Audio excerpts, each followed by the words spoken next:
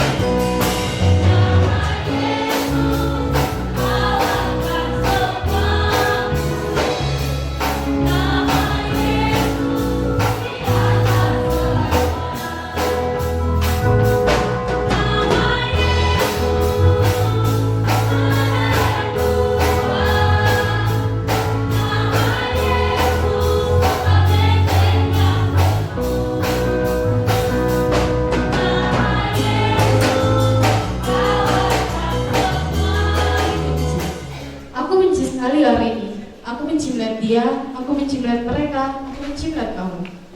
Begitulah sifat manusia yang sering muncul, sedikit-sedikit benci. Melihat temannya cantik, benci. Melihat temannya pintar, jadi benci. Dan bahkan melihat temannya disukai orang lain, dirinya semakin benci. Tapi aku senang, ini membuktikan bahwa aku adalah sifat yang paling baik dimiliki oleh umat manusia. Ya, sifatmu itu hanya dimiliki oleh orang bebas saja. Sedangkan pemarah seperti aku ini, dari anak kecil pun sudah ada yang memiliki sifat seperti aku ini. Jadi, akulah yang dapat mematakan hubungan antara seseorang manusia dengan manusia yang lainnya. Indah sekali dunia ini. Lihatlah pohon Natal itu. Begitu indah. Hiasannya yang cantik, bunga-bunga yang berkembang. Aku juga menghirup udara sebebas-bebasnya alias gratis. Aku adalah si sukacita. Dunia akan selalu terasa indah andai setiap orang mampu untuk bersukacita. Tetapi sayangnya banyak orang lupa bersukacita karena keadaan. Ada yang bilang sibuklah, sembah mahal lah, sehingga orang-orang lupa untuk bersukacita. Andai saja setiap orang bersukacita atas berkat yang berkat Tuhan, mungkin mereka akan lebih mudah untuk bersukacita.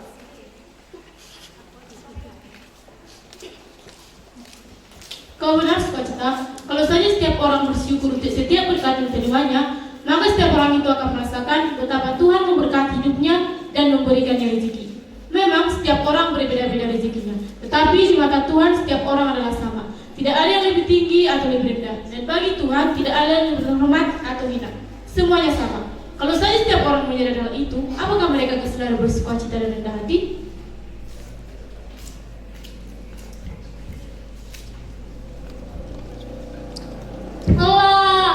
Tak usah muluk-muluk lah, karena di dunia ini sudah jarang ada yang seperti itu. Kalaupun ada, paling gak seberapa, dan mungkin hanya berpura-pura seperti aku ini. Aku kan bisa dipajangkan, munafik sama dengan muka nabi pikiran lain-lain. Rugilah kalau punya muka cantik, mempunyai duit yang banyak, pekerjaan bagus, bahkan baju cantik yang pantas dipamerkan seperti aku ini.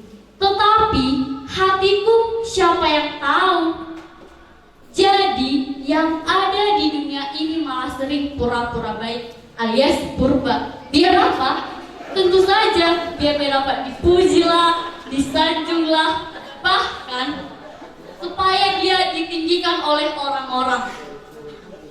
Bahkan dia bersikap pick me, no banget. Jadi aku si munafik yang paling banyak diminati.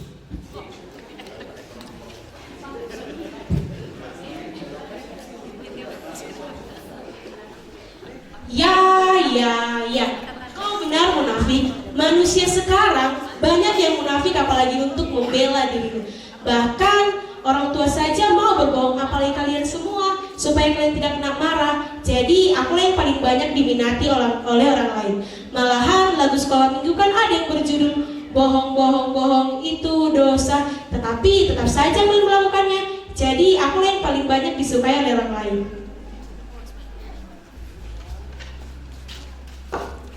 Tidak juga kok. Lihatlah, masih banyak orang yang memiliki sifat sabar seperti aku, misalnya orang tua. Mereka selalu sabar mendidik anak mereka sejak kecil supaya tidak berlaku seperti kalian, pembohong, pemarah, dan munafik. Bahkan orang tua banyak yang tidak tidur hanya memikirkan dan menjaga anak-anak mereka. Lihat juga para guru di sekolah dan sekolah minggu. Mereka selalu sabar biarpun anak didiknya nakal.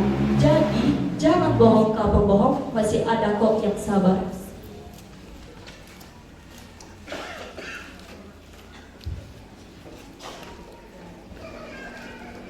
Apa kau bilang?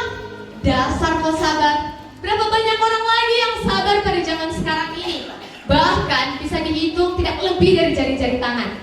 Apa kau bilang? Orang tua, guru, halah, sesabar-sabarnya mereka juga pasti pernah memaki dalam hatinya. Bukankah begitu?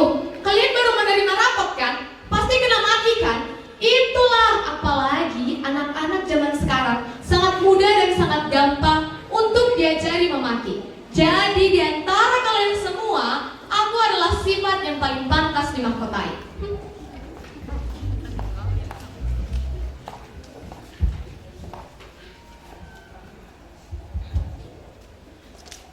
What? Mahkota? Aku tidak salah tuh. Kau harus lihat dulu lebih jelas. Aku adalah iri hati.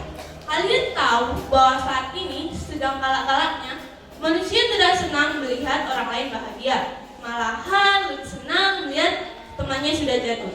Itu karena iri hati tahu, padahal mereka tidak dirugikan kalau temannya senang. Tetapi begitulah, namanya juga iri hati.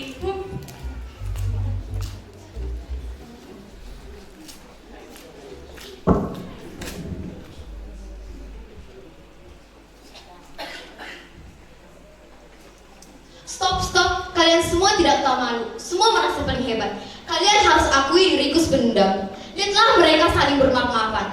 Namun, dendam tetap saja masih ada. Bahkan, ada kalimat seperti ini. Ya, memang kami sudah bermaaf-maafan. Tapi bagaimana ya, aku belum sepenuhnya dapat berbicara kepadanya. Nah, itu kan sama saja dengan dendam. Jadi, sifatku juga paling banyak di dunia.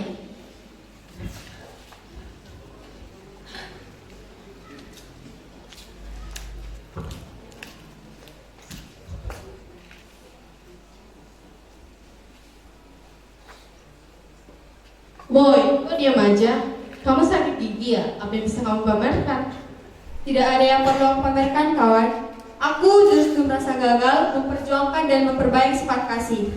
Lihat saja, banyak orang Kristen yang sudah malu berbuat kasih. Padahal ajaran utamanya adalah kasih. Tapi lihatlah, mereka malu bertindak kasih. Kalau saja di dunia ini lebih banyak kasih, mungkin tidak akan ada lagi air mata, tidak ada lagi permusuhan, dan tidak ada lagi penganiayaan. Padahal Yesus Kristus datang ke dunia ini hanya karena kasihnya kepada manusia. Tapi mengapa wahai manusia semuanya menjadi kacau?